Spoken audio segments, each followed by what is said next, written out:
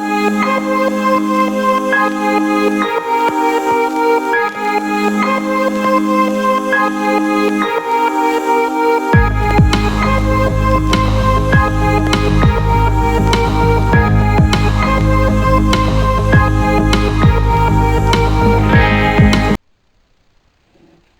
how's it going? Right, this video we're going to be talking about The Amazing Spider-Man Coming Home. And for those people that watched the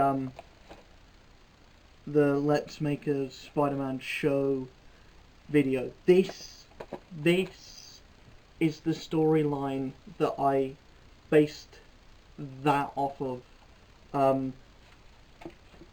Basically the big SmackDown drag-out fight that introduces Morlan, that introduces the idea of Spider-Man being a more mythological, mystical superhero, and kind of like plays with the whole origins of Spider-Man, whilst also bringing in a kick-ass villain. And also having a twist at the end that is really interesting, and it's really interesting to see where that goes in the next book, which is Amazing Spider-Man Revelations, which has the big conversation in it, and there's a lot less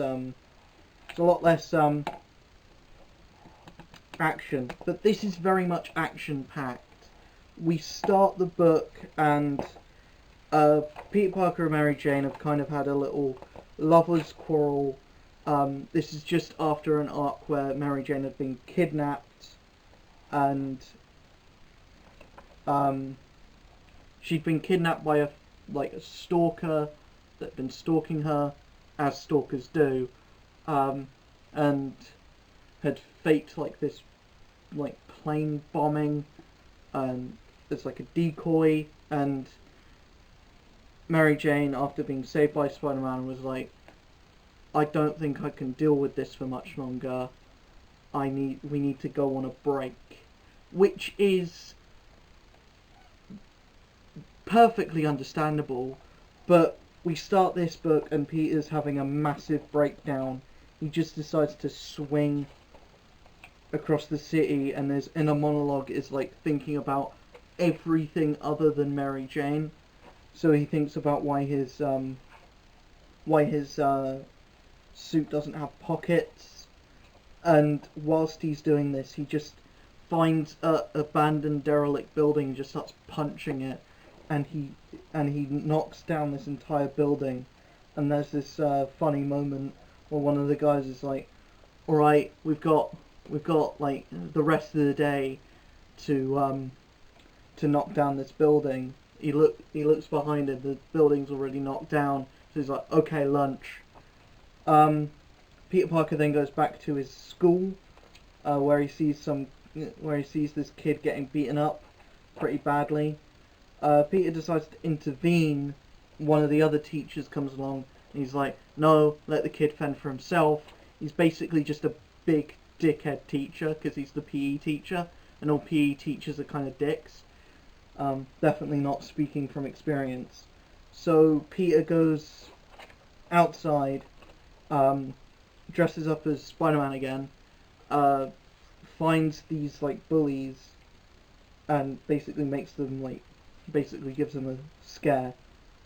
When he gets back to the rooftop, there's this weird guy who's waiting for him, and he's twice his age, but he knows that Peter Parker is Spider-Man. He calls him Peter, and he has similar powers to Spider-Man without the whole web swinging thing, because the webs, unlike in the film, the 2002 film, unlike in that, the webs are not organic. They are man-made, much like the Tom Holland film, the Andrew Garfield film.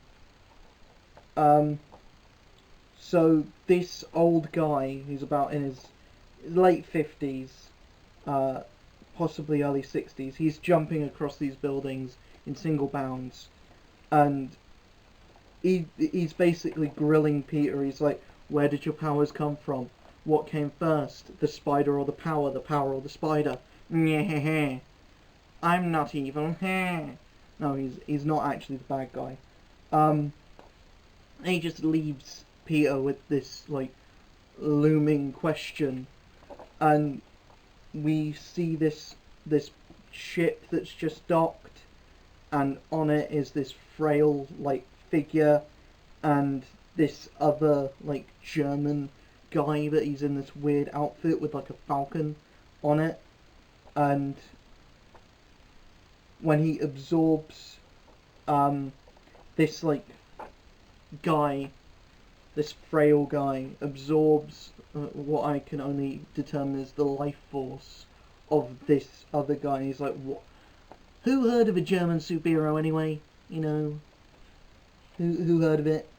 So Peter is having a conversation with his Aunt May, but he's too busy thinking about what Ezekiel told him, and of course he can't tell his aunt what Ezekiel told him. So he just says to his aunt, "Right, I went to the school, and it's gone to shit. It saddens me. What do you think I should do?" And Aunt May's like, "Get a job there." So we then cut to Ezekiel in his office, and the people in his office see Spider-Man swinging out the window, and one of the people's like, "You made contact, didn't you?" "Yes." I'd rather whatever's coming went to him, not us, because he's expendable. And Ezekiel's like, "I'm not so sure." Morlun and his what is only determined to be his slave, they're having dinner, and Morlun spots Spider-Man, and Spider-Man obviously senses that there's danger, because he's like he bugs out, and like the spider sense, like the actual blast, nearly like incapacitates him. So he's like scared out of his life. He's like, what the fuck's going on? Then Peter Parker goes to the school to see what's going on, to basically hand in his application. When he gets to the desk, his spider sense goes off again,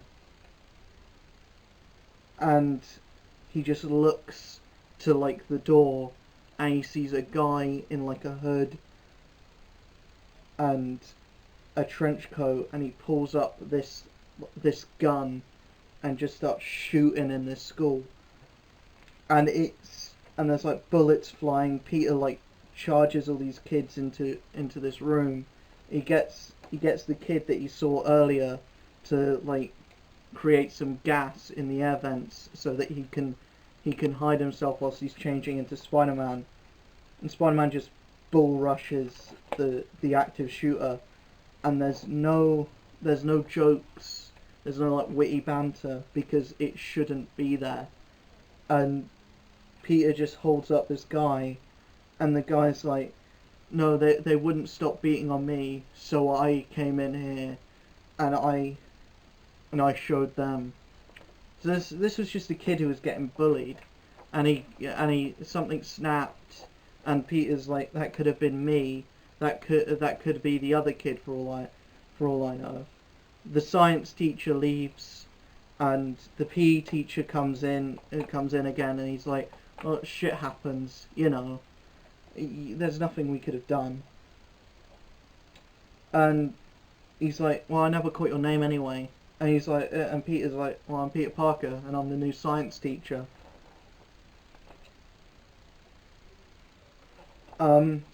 We then have Peter Parker, or we then have Spider-Man like stop this this guy who's like kidnapping someone, and driving this car like dangerously fast through the street, being chased by the police. He grabs the guy, stops the car, guy gets webbed up, and then he's teaching this class about math, and the kid that he saw, he's like looking at Peter like, finally it's a teacher that cares.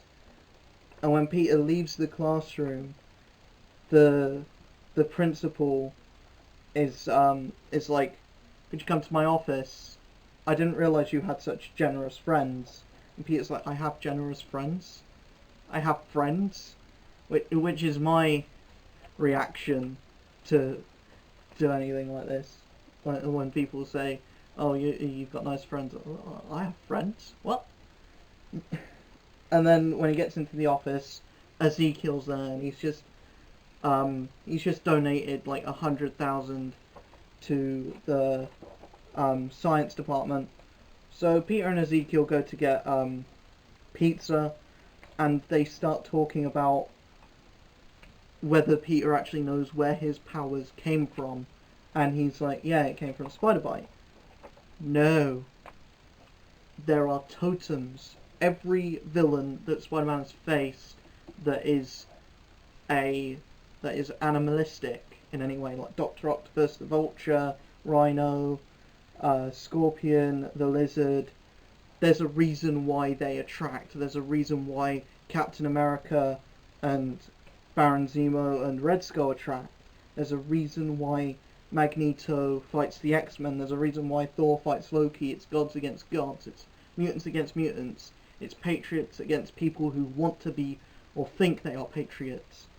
And it's the pure totems versus the totems who use technology or use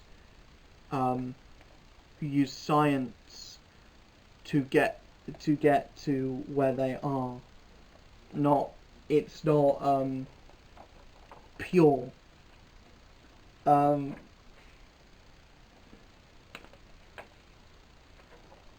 Even though it was science that gave Spider-Man his powers in the first place. But it's all for story's sake. It makes for a good story, so Morlun is trying on this suit, and Ezekiel takes Peter to this like private bunker that's in his building, and he's basically like, the walls are tri-titanium, like wrapped in adamantium. If you stay here, Morlun will never get to you, and Morlun is hunting you, and if he finds you, he will never unfind you. Once he gets your scent, he will find you wherever you go. And Peter's like, thanks for the offer, but no thanks. I'm not taking your offer. So Peter goes home, go back to this barge again, and Morlun's slave is like, Morlun, are you ready? And he's like, yes, I am. So Peter's watching TV, and he sees like this catastrophic thing going on in the city, like buildings on fire. So Spider-Man swings in there, and Morlun's just standing on this car, like ready to whoop ass. So Spider-Man obviously leaps in, punches him in the face a couple times, punches him up. It doesn't flinch in any way. Morlun just puts his hand out and pushes Spider-Man into a bin, and Spidey's like, I've just been punched like I've never been punched before in my life. Like, the Hulk, Thor, they've never punched me like that before, but this guy has. And Morlun's just like, I will kill you. You will run, you will hide, but you will tire, and you will give in. I don't tire, I don't give in. I will win, and I will kill you. So then we get this awesome double-page spread of like the two just fully going at it, but the inner monologue is just like, I hit him with everything I can find, but he just keeps coming. Like, I tried to keep him at arm's length. He just keeps coming. So Peter just decides, oh, I'm gonna swing away. He can't do that. So the fight lasts a long time, practically the whole issue. And Peter's suit gets pretty torn up during the fight. So he just decides, right, I'm going to take off the Spider-Man suit. He can't find me that way. And Morlun just shows up and he's like, I said, now that I've found you, I will always be able to find you. And they go into this bar. Peter gets knocked into the bar side and he's like, hey, barkeep, you got any spinach? And he's like, oh, what? And the barkeep's like, what? And he's like, well, no one watches cartoons anyway. And like Peter gets one good punch in, knocking him into like the oven, and Morlun picks up a match and the whole bar explodes. And whilst Morlun's distracted, Peter goes to Ezekiel and is like, I need your help. Help me. Help me! Help me! But Ezekiel's like, I can't. So Peter stays there. He's like pleading with Ezekiel. He's like, please, you have to give me something I can use. And Ezekiel's like, no, there is nothing that can be done. This guy will kill you. So Morlun starts trashing up the place again to get Spidey's attention.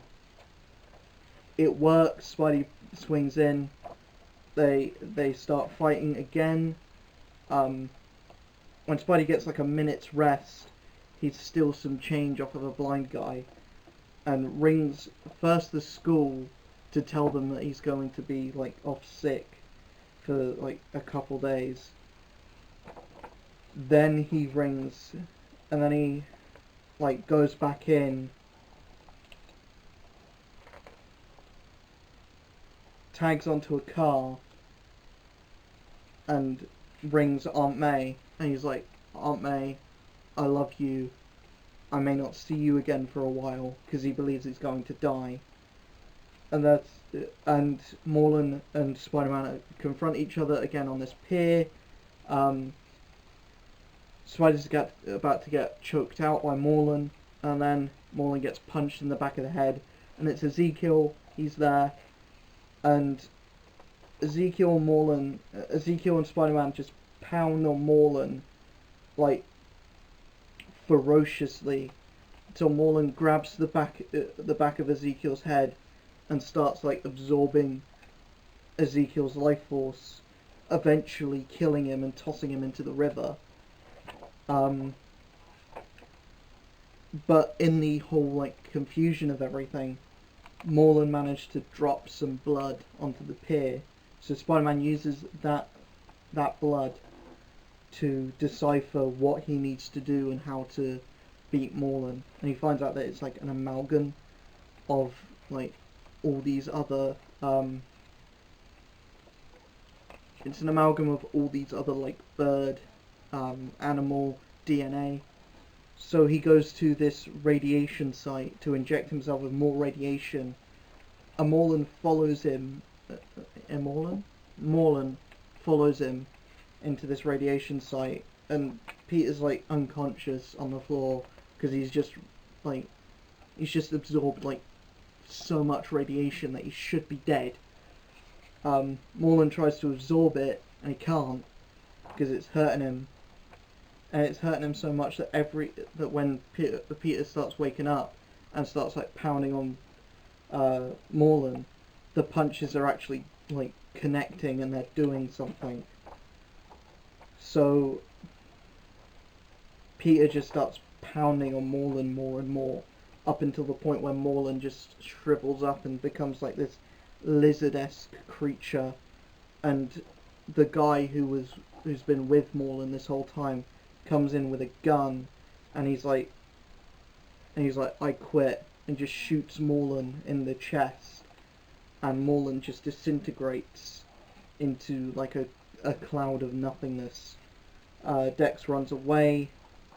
Peter chases him, and he's like, right, I understand he hurt you a lot, but you're going to go, you're going to leave, you're going to never return, otherwise I will hurt you 1,000 times worse. So Peter goes to visit Ezekiel's like high-rise tower, and he sees this rubber spider there, and he looks at the back and it says "Made in Taiwan."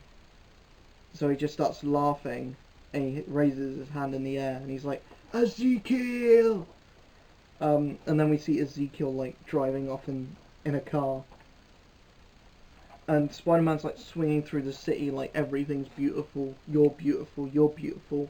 That bit of piss on the floor over there's beautiful. And he climbs into the window. He starts undressing, collapses onto his bed, covered in bandages, with his like tattered up costume on the floor. And who walks in but bloody Aunt May? And she sees all of this. She sees the tattered up costume. She sees Spider-Man on the floor, or Peter on the bed covered in bandages. And of course she puts two and two together, and she's like, "Oh shit, my nephew, who I've been looking after for the last 20-something years, is fucking Spider-Man. Oh my god. How did I not think of this before?" And that's where the book ends. And it is such a good ending. And this whole storyline, just to add a little context, this was the first book to actually be released in this collection. The reason why I've been reviewing them in this order is so that I can kind of use it as a way to teach people the history of the Marvel Universe in a way, because it's kind of like it's kind of like a chronological order thing. All of these books are in chronological order, but they were released, like, this was the first one released, but the number is 21. So I started with book 1, which was Iron Man Demon in a Bottle,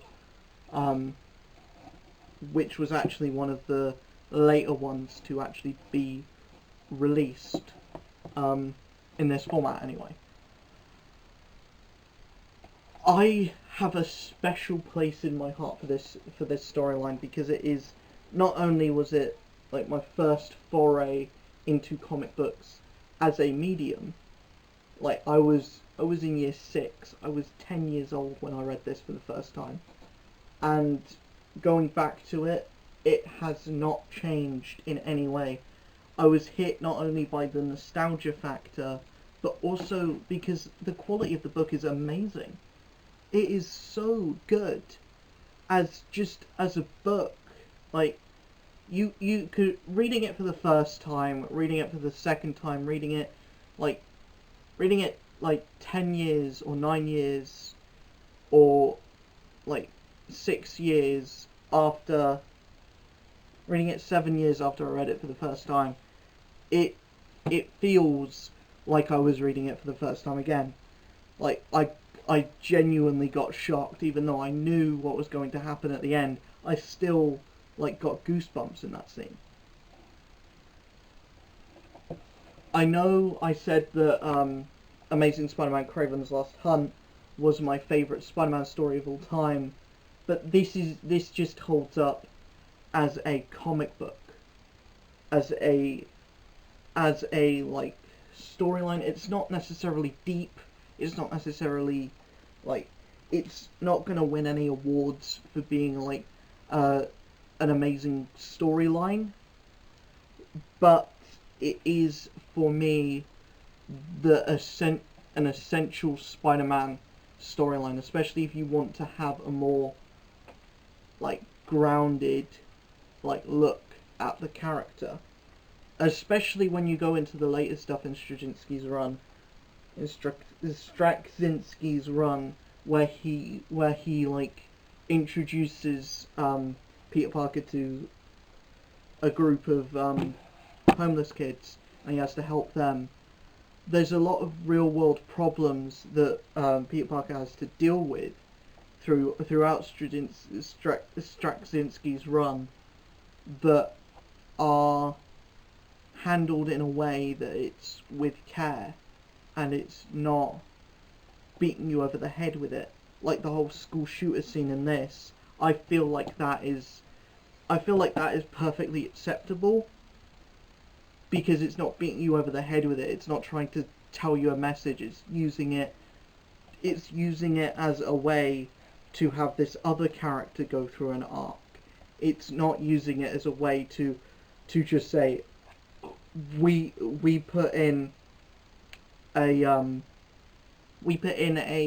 edgy scene just to be edgy.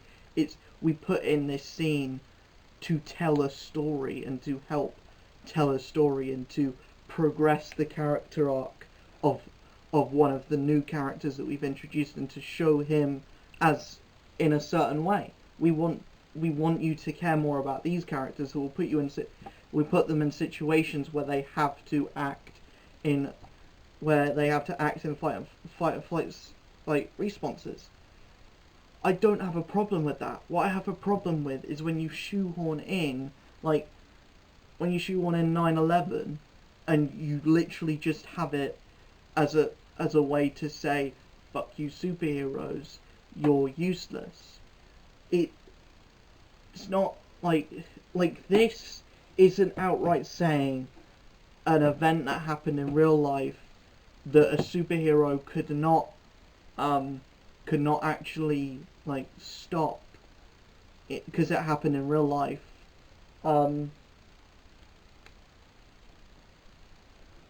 Actually happened in the grand scheme of the Marvel universe. Because let's just say theoretically, if 9/11 happened in the Marvel universe, someone would have stopped it. Someone would have stopped it. Like Iron Man would have stopped it. The Fantastic Four, someone from the X-Men would have stopped it. Someone would have stopped that event from happening. But because it happened in the real world, in the context of the real world, we don't have Iron Man, we don't have Captain America, we don't have all those other characters.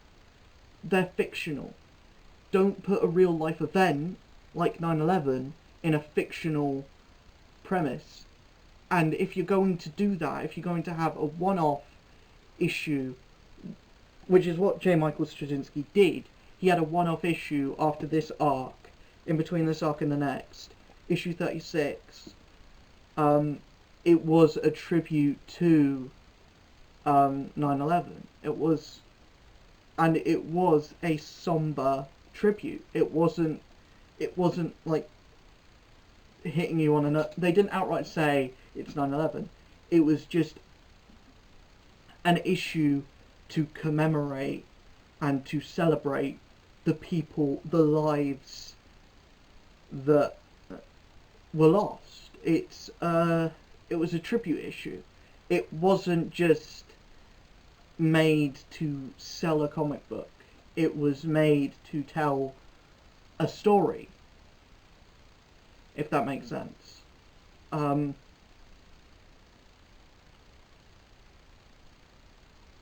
I feel like when they did it for Captain America: A New Deal, which is a book that I will talk about in greater length later, they literally have a scene where like Steve Rogers is digging up rubble like after 9/11, and one guy comes up to him and he's like, "Why weren't you there?" Because it happened in real life, not in a comic book. That's just my opinion on that. You can't really put... They did the same thing with Thor when he visited like New Orleans after the flood. People like, "Where were you?" And the thing is, Thor was dead for a long time, and in the context of the Marvel Universe and in the comic book universe, Thor was dead when that happened, and people asked Thor, "Where were you when the flood happened?" And he said, "I was dead," and the guy's like, "Well, that's not good enough." How is being dead not good enough? In what world is that not good enough? Tell me. But anyway, I'm going to leave this video off here before I end up like going on a full rage tantrum. Amazing Spider-Man Coming Home is an amazing, spectacular, ultimate book. It's so damn good. I highly recommend anyone who is a even passing fan of Spider-Man. If you want to get into the character before the film, if you want to get into the character and you're interested in Spider-Man from the films, this is definitely the book for you. This is a great starting on point for new Spider-Man readers. It's a great book for Spider-Man readers who've been reading for a long time and just haven't got around to reading this. You should definitely pick this up if you like Spider-Man, if you like comic books, if you like superheroes, if you like Marvel, if you like anything that is anything like action oriented at all. Pick this up. You are not going to regret it. See you guys in the next video. Peace.